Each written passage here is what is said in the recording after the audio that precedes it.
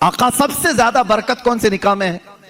حضور نے فرمایا ان اعظم النکاح برکتن ایسرہ مؤنتن او کما قال رسول اللہ صلی اللہ علیہ وسلم.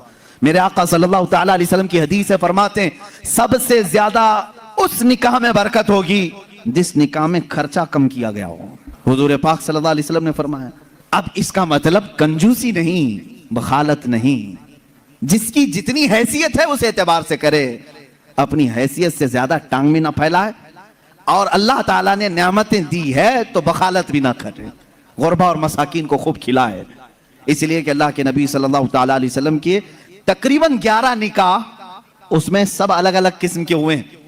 جب حضرت خدیجہ سے نکاح ہوا تھا، حضور کی عمر 25 سال کی تھی اور آپ تجارت کر رہے تھے اور تجارت کا مال تھا. آپ صلی اللہ تعالیٰ علیہ وسلم نے جو نکاح فرمایا اس میں لوگوں کی دعوت بھی ہوئی. ایک نکاح ہوا حضرت سودا رضی اللہ تعالیٰ عنہ سے، وہ اس نکاح میں صرف کھجوریں بانٹی گئیں اور کچھ بھی نہیں. پھر حضور صلی اللہ تعالیٰ علیہ وسلم نے حضرت زینب سے نکاح کیا، حضرت میمونہ سے نکاح کیا، اس میں تو بکرا ذبح کر کے ولیمہ کیا حضور پاک نے، اور اتنی بڑی دعوت کسی اور میں نہیں. کیوں؟ یہ میں حالات بتا رہا ہوں. جب تمہارے پاس مال تھا یا مال آیا ہے اس اعتبار سے تمہیں کرنے کی اجازت ہے، اور جب نہ ہو تو قرضہ لے کر کے دکھاوا کرنے کی اجازت شریعت نے نہیں دی ہے. شادیوں کے لیے اس طرح سے لوگ مقروض ہو جاتے ہیں. کئی لوگ ایسے ہیں جو اپنی پتہ نہیں عزیز چیزیں اٹھا کر بیچتے ہیں، نہیں صرف 4 لوگوں میں مجھے منہ دکھانا رہتا ہے، منہ دکھانا رہتا ہے، نکاح کرنا ہے بیٹی کا، نکاح کرنا ہے فلاں کا. اور آج کے معاشرے سے میں نوجوانوں سے کہوں گا، میرے سننے والے جتنے نوجوان ہیں، اگر نبی سے محبت کرتے ہو اس میلاد میں ایک عزم کر لو، ایک عہد کر لو.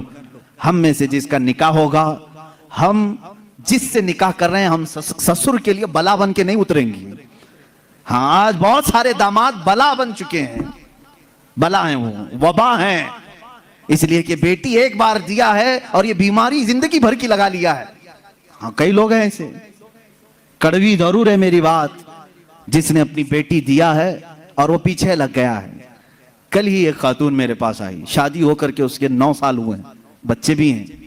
وہ روتی ہوئی آئی، کہہ رہی ہے کہ میری ماں، اس کی ماں بیوہ ہے، اس کے باپ کا انتقال ہو چکا تھا برسوں پہلے، اور برسوں پہلے میرے باپ کی جو پراپرٹی تھی خاندانی وہ میری بیوہ ماں کو ملی ہیں، وہ کچھ لاکھ روپے آ گئے ہیں.